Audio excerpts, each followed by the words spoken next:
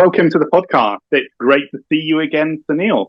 As before, my name is Denbigh-White, and I am the Chief Security Officer at NextDLP. And joining me is Suneel. Suneel, a bit of an intro from yourself. Who are you and where do you work? Thank you for making this time to talk with me. Our previous conversation was exciting and enriching. My name is Suneel Sundar, and I'm the Director of Research and Development for the Center for Threat-Informed Defense. The Center for Threat-Informed Defense is a nonprofit that runs a collaborative research and development program. We work with industry and nonprofit to identify impactful solutions to threat-informed defense. Threat-informed defense as a discipline is the application of our understanding of the adversary to defensive measures that our security operations centers and analysts then orchestrate. That's great. And last time we spoke about phase one of the insider threat knowledge base. So we had a great discussion around that. If you missed that discussion, please do click and rewatch that episode. But for the time being, can you just summarize some of the great things we had a chat about last time? I would love to, Chris. So the Insider Threat Tactics, Techniques, and Procedures Knowledge-Based project within the Center for Threat-Informed Defense started with our members, with our participants, by identifying a problem. The problem is that SOCs and insider threat analysts need to know which technical mechanisms are used by insiders and what controls mitigate insider threats. In particular, what we identified is that particular insider threat programs within an organization have a fine and deep understanding of the insider actions that affect that organization. However, that transfer of knowledge from one organization to another, raising the community standard of what insiders do, was not there. This project aims to solve that. As a result, in working on this insider threat knowledge base, we created the first evidence-based, community-sourced, cross-sector, multi-organizational, and publicly available repository of TPPs used by insiders. And that's what Chris and I talked about in the first phase of this project. That knowledge base, how it is available to you, and how organizations are using it. And it's a really great thing to have. You know, for a long time, I think most people listening to this will have heard of MITRE and TCPs, but in relation to external threat actors, and having that framework has been incredibly useful in looking at external threat actors. But flipping that and being able to provide a framework, knowledge sharing and information around insider threat, you know, as we discussed last time, has been very, very useful for me and is great work. But we've just released phase 2 of the program. Can you tell me a little bit more about that? Yes, I can, Chris. I'm very happy to share that phase 2 is now available and the results are available for the public to see. In phase 2, we gave ourselves 3 goals. First was to extend the good work we had done together in phase 1 of the insider threat knowledge base. In phase 1, we identified 31 techniques documented with evidence that insiders use on IT systems.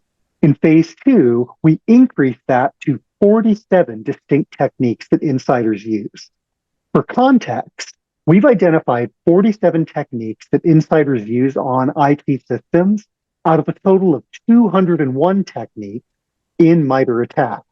That means if your focus is on detecting insiders, the techniques that insiders use, you should look at these 47 techniques right now. You should look at those first, rather than boiling the ocean of all 201 techniques currently in MITRE attack.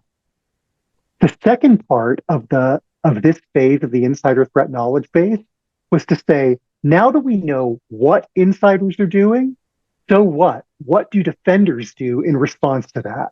To answer that question, we documented mitigations for those techniques that insiders use. In all, we documented 36 unique mitigations that would address the techniques that insiders used on IT systems. Those mitigations, as well as the techniques, are available for you to review and implement on our project website. The third part of this phase of the research is the one that I was very excited about because it was different.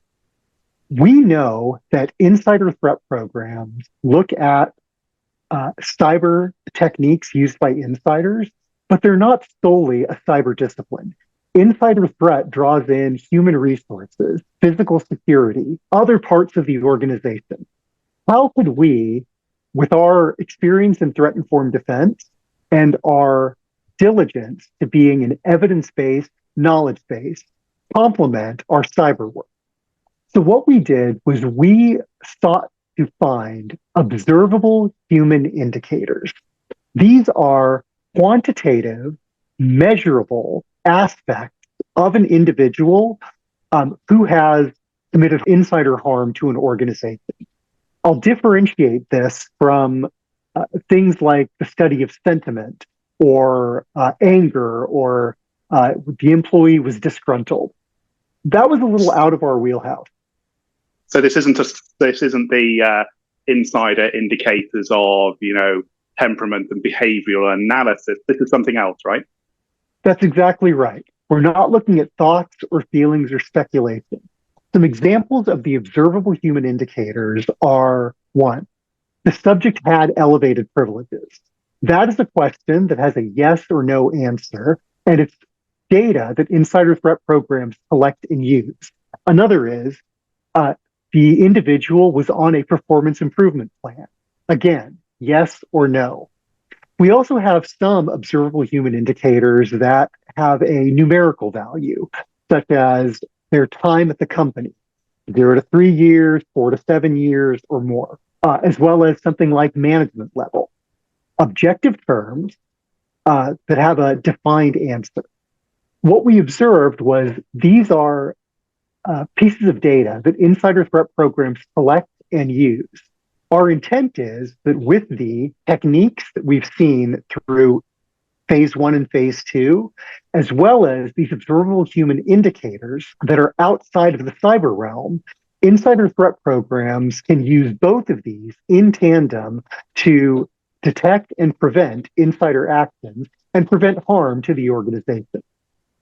That is truly amazing. It's marrying those two disciplines, like we discussed last time, that historically have been distant cousins, HR and security discipline versus a deeply technical discipline. And moving those two together makes perfect sense to me. And from my side of things, in relation to how we're involved in the work around the knowledge base, but also kind of our product as well, being able to use things like the Next Reveal platform to ingest almost these observable human indicators and then apply visibility and control based on those things as well has been something that's kind of super useful for us to use as well. Is if you're able to understand the context, the what, you're then able to understand the actions, which comes into the TTPs as well, which we're able to kind of marry quite well, which I found really, really good.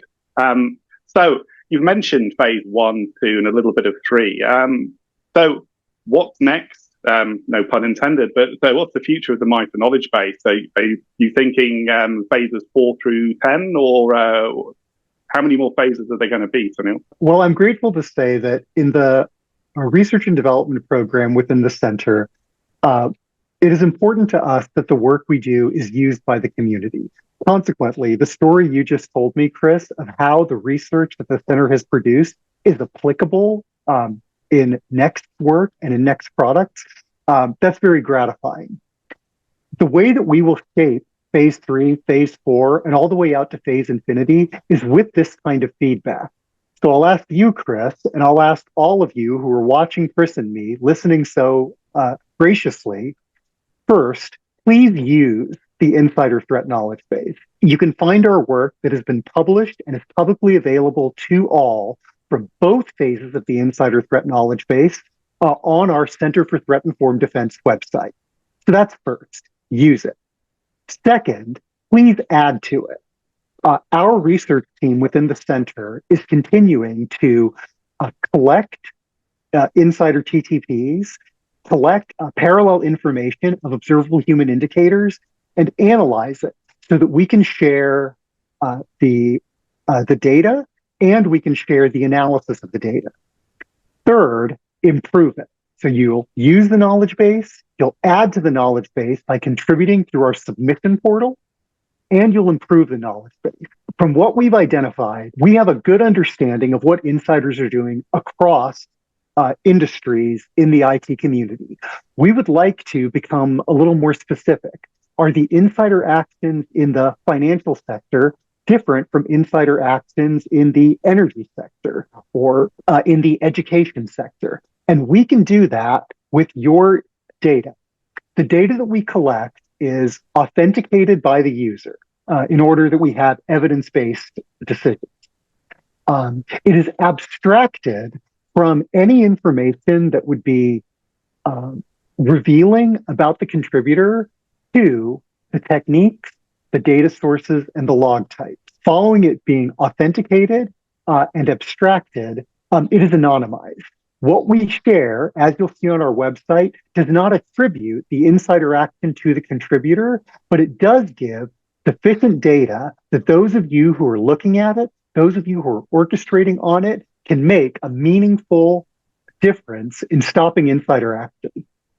That's really good. So people can share information, but safe in the knowledge that they're not necessarily degrading the security of their own organization in doing so. And something I found really impressive is the commitment at the center to being open and having those frameworks to ensure that data sharing can take place in a very thought out and secure environment. That it's that kind of groundwork that makes people want to become involved in this kind of project. So thank you for that, and thank you for giving the assurance that kind of sharing can be done. And sharing is what we should be doing. You know, we are a community of information security professionals across industry, and I think it's important that it's in working together that we can collectively make security better, both from a vendor side, you know, NextDLP making fantastic information security products, but also from a practitioner side with my CISO hat on in protecting data, protecting business, and for people out there. So thank you so much for the center's work and contribution to help that. That's